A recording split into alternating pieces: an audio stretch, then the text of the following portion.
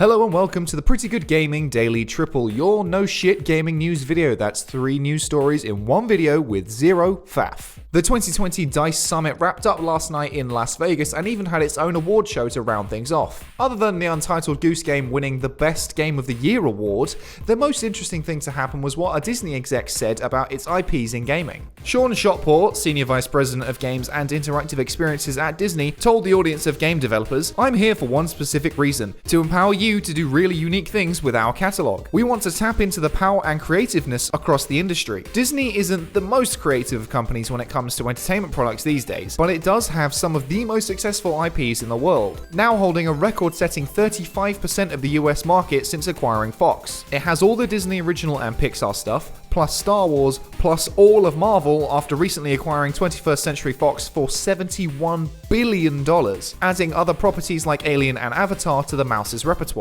Shotport invited the industry's developers to come and play with its IPs and stressed the importance of reimagining Disney characters and settings. He also cited recent examples like Insomniac's Spider-Man from 2018 and last year's Star Wars Jedi Fallen Order by Respawn. Back when it launched, Spider-Man became Sony's fastest-selling PS4 title by shifting 3.3 million units in 3 days, toppling God of War's 3.1 million units record set just months before, and also became the fastest-selling Marvel-branded game ever. After Jedi Fallen Order launched last November, the single-player-only game as a game, not game as a service, exceeded EA's sales expectations, selling around 8 million units, making it the 6th best-selling game of 2019, and it's expected to reach 10 million units by the end of March. It's unclear if this invitation extends Disney's agreement with EA over publishing Star Wars titles to other developers, but as Eurogamer points out, Star Wars games have been developed by others including Oculus and Warner Bros, as well as there being Fortnite crossovers and mobile games. There are also multiple rumors of a Knights of the Old Republic remake, so there may be a new hope for the future of Star Wars games. Hopefully we can see a return to the good old days of Star Wars games when they were made by all sorts of developers and had a track record about as consistent as the movies. Ironically, if Disney heeded its own advice about reimagining, the most recent Star Wars trilogy might have had a happier landing. Another happy landing.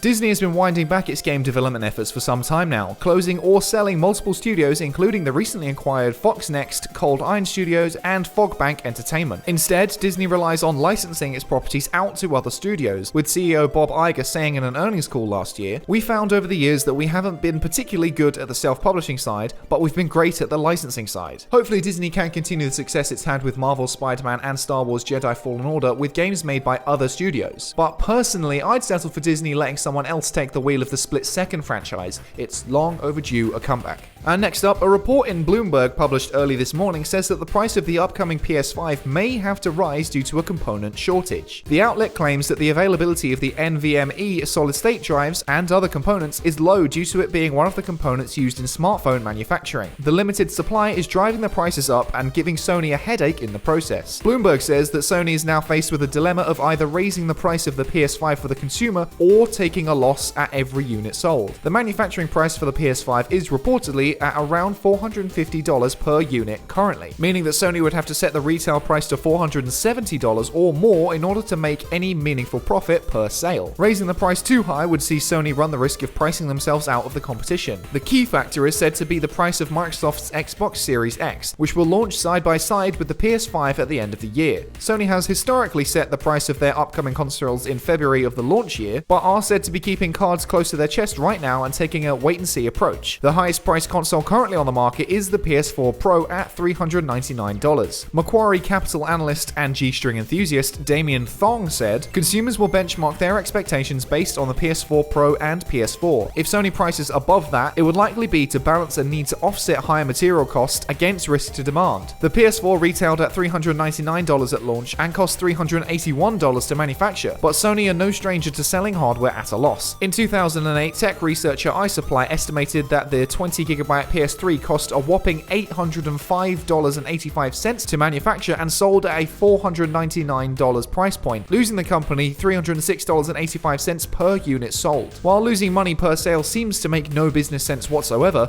Sony's hope with the PS3 was to recoup the loss by selling more games in the long run, but that didn't work. During a financial report published in 2009, 3 years after the PS3 originally launched, Sony confirmed confirmed that it had lost $4.7 billion on the console. So, would Sony risk making the same mistake this time around with the PS5? Probably not. And if not, Sony will have to retail the PS5 at a minimum of $450 or higher per unit at launch. If Microsoft does come in at a price point of $400 for the Series X, Sony will have a tricky decision to make. Part of the attraction of owning a console over opting for a higher performance, more versatile gaming PC is that the price point is much more attractive. Would $450 to $500 be too much for you to spend on a PS5 or Xbox Series X? At what point is it just too expensive, so you might as well just go for a high-end gaming PC? Let me know down in the comments. Most gamers acknowledge that Red Dead Redemption 2, despite its flaws, is a pretty excellent game, but what would an old lady think? And more importantly, what would Dutch's mum think? Benjamin Byron Davis's performance as Dutch Van der Linde has solidified him as one of gaming's greatest villains, but his mother has opinions of her own. Jessica Hoffman Davis is a 75-year-old Harvard University alumni and accomplished writer with a doctorate in education. After the roaring success of the game and her son being under the spotlight of an art form unfamiliar to her, the video gaming novice bought a copy and played through the entire thing. Upon completion, she composed a nearly 3,000-word essay titled Unsung Heroes, reconceptualizing a video game as a work of art. The academic quality essay discusses the impact the game had on her and how it opened her eyes not only to the gaming community, but gaming as an artistic expression. It's written from the perspective of a non-gamer, so much of what she comments on we take for granted in modern gaming, but it's a really interesting read that I'd highly recommend.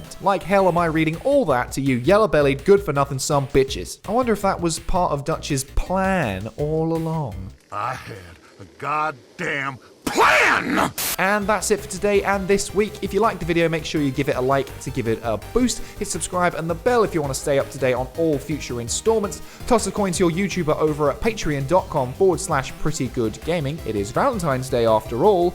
I've been Henry Cooper. That's all for today. Bye for now. There are also multiple rumors of Knights of the Old Republic. But personally, I'd settle for Disney letting someone else take the wheel of the... The outlet claims that the availability... It would likely be... That's not fucking recording. Twat.